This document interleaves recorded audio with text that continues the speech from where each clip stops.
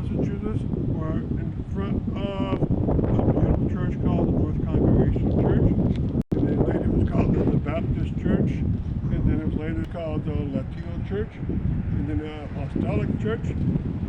It was a church made by an architect whose name was Henry Hobson Richardson. He was the most famous architect in the United States history. And he made 5 buildings in Springfield. 2 are left.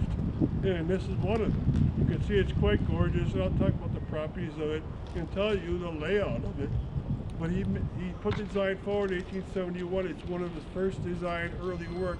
You can tell that it's not absolutely first because not very deeply recessed windows.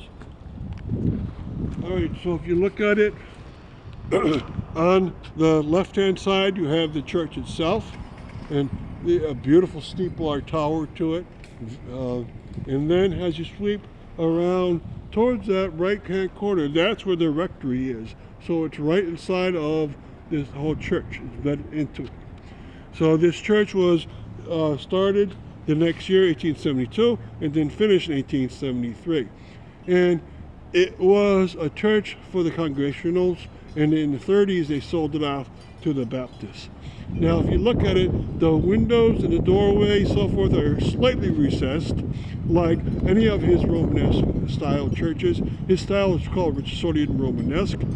And also you see the heavy use of a lot of brick, non-uniform arrangement of them. The windows are smoothly curved, and a lot of turrets, or some turrets, in later work he'd use a lot more. And you notice that guard window on the very bottom of the turret. He made it look like an old-time battlement. He made everything dark and deep. But this is only the start of his work, so in later works he became even more pronounced, darker colors, a lot of change of colors, and narrow windows like here, and even more deeply recessed. And then the tower is quite grand here, but they get even more grand in his later works.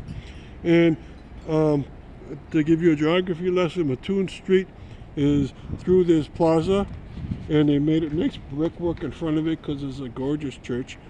It's one of the few works that is left. And then if we sweep around, it's Victorian look to all sides of this neighborhood, including upwards. And so you're in the neighborhood, a lot of Victorian buildings.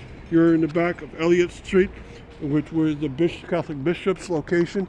And this whole neighborhood is very famous for being quite grand, and includes museums, a library, and many churches. So I hope you get to look at his beautiful work from all angles. Thank you very much.